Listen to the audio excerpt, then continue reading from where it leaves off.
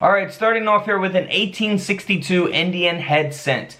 Now we're going to be looking at some other coins that are more modern as we go. So we're going to start off with an older coin here. Now this coin sold for over $70 at auction, ungraded, not in the best condition. But the reason it sold for that is because it has a die break here on the reverse of the coin. So you'll see that cud there on the right side, that extra metal on the rim of the coin. So this coin, like I said, sold for 70 bucks. You know, had it been in much better condition, it could have sold for more money. All right, so let's move on to an 1877 Indian head cent. This coin has not been graded or authenticated. However, it did sell for over $930.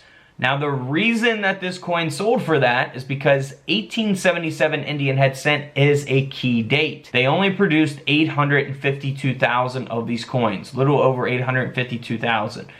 So you always want to watch out for the 1877 Indian head cent. You also want to look out for the 1908 S mint mark and 1909 S mint mark. 1909 S mint mark Indian head cent is the rarest. They only made 309,000 of those in comparison to millions for some of the other coins. So this coin sold for $930. These are very expensive coins because they are key dates and hard to find. Now here is the 1909 S. This coin sold for $585 at auction, being ungraded. Personally, if I were going to buy a 1909S, it would have to be graded and authenticated because there are too many fakes out there of these key date coins. Now here's the 1909 S VDB. So as we zoom in there on the date, you see the 1909 with the S mint mark. And then here on the reverse of the coin, as we zoom in, you will see the VDB. Now this coin is faked a lot. There are different examples of the mint mark placement for these. People tend to fake these, of course, because they want to sell them and make a big profit. So personally, I would not buy it unless it was graded. However, this coin was sold, it seemed, by a reputable dealer on eBay, and it's in very good condition. So whoever bought this is definitely going to get it graded. This coin ended up selling for over $4,800 at auction, not being graded. Unbelievable. On eBay. It sold on eBay. So here's a 1914 D mint mark. These all sold on eBay, by the way. 1914 D mint mark that sold for over $1,200. The coin has not been graded. Of course, none of these coins have been graded because it's the ungraded coins worth money video. But this coin did sell for, like I say, over $1,200, and that's because this coin is a key date as well. They didn't produce a lot of the 1914D, so always be on the lookout for that one also. Now here is a 1921 high relief peace dollar. So here's an example of that high relief peace dollar. The coin also has a double die reverse. Now there's doubling on the lettering. This coin ended up selling for $250 on eBay. Let's move on to a very worn down Lincoln wheat cent here. This penny sold for $335 at auction.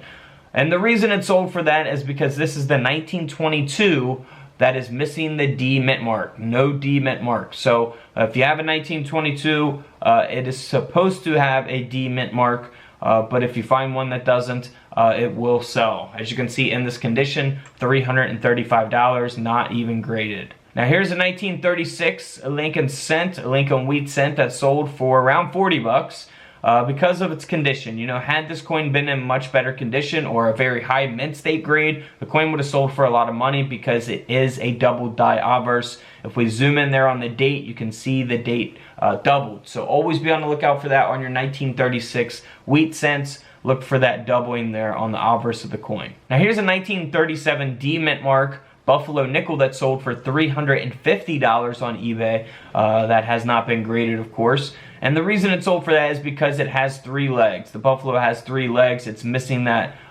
right front leg there. So here's an example of what a 3-legged Buffalo nickel looks like. So always be on the lookout for that on your Buffalo nickels. Here's a 1943 S steel penny that has been struck off center, not been graded. The coin ended up selling for $285 in this condition. Here's a 1944 wheat penny. We see the obverse die break here at the top of the coin. We also refer to those as cuds.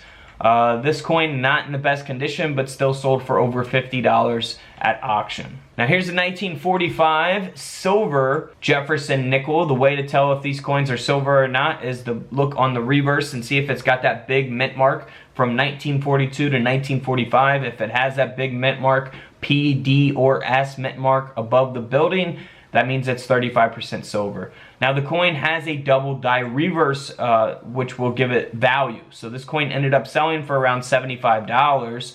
You'll see the doubling there, pretty extreme doubling there on the lettering on the reverse of the coin. So look for that with your coin microscopes. I have those available right now on couchcollectibles.com. And by the way, we got a lot of discounts going on couchcollectibles.com right now, so feel free to go check it out after this video, of course, because we got some more ungraded coins that are worth money. This coin here, 1955 double die. Now again, if I were to buy this coin, it would have to be graded because there are a lot of fakes out there.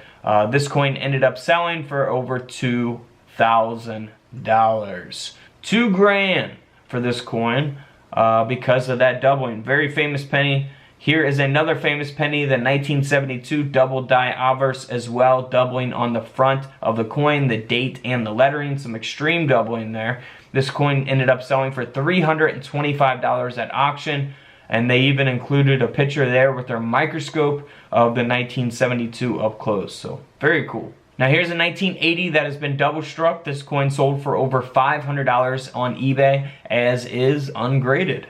Pretty self-explanatory there. Not gonna find something like that in your everyday pocket change. Now here's the 1988 Washington quarter that has been struck off center. The coin sold for $70 in this condition, so hey, you know, if you're gonna pay to have it graded and all that money and stuff, and then, you know, only sell it for not much more than $70, it's probably worth it just to sell something like this as is, unless you want to get it graded for your personal collection, because you know, something like this isn't like a 1955 double die Lincoln cent. I would never sell that as is. I would send it to PCGS immediately if I had something like that. But here is a 1995 Lincoln cent. You see the reverse is very normal. Here on the obverse, it's been struck through a capped die. So we got a die cap here. You can look for these on all kinds of different coins, not just Lincoln cents. This coin sold for $80 as is. So not too bad for a coin like that. Here's a 2000 Jefferson nickel that was struck off center. This coin ended up selling for a little over $100 at auction. Here is a 2006 state quarter, Colorado state quarter, that was struck onto a defective planchet. Ungraded, of course. This coin ended up selling for over $155, so not too bad for that coin. Now here is a Jefferson nickel. This is a no-dated Jefferson nickel because the die break is covering up the date. We'll see that there on the right side of the coin. Very circulated coin. It's been passed up many of times in pocket change. This coin sold for around $50 at auction, even in this condition. Now here's a no-dated Roosevelt dime. The reverse looks very normal. The obverse has been struck through a capped die, just like the Lincoln cent we looked at. This coin sold for a little over $60 as is. And then here are three different mint errors. So we got an off-center penny, we have an off-center 1979 Washington quarter, and an off-center state quarter from 1999, which I believe is where most of the value is coming from in this lot. These coins sold together for $560 on eBay. I was very surprised by that, honestly. Alright guys, feel free to subscribe in the middle, check out the videos to the left of me, and until tomorrow, I'll see you guys in the comment section below. This is Couch Collectibles, and this is where I disappear.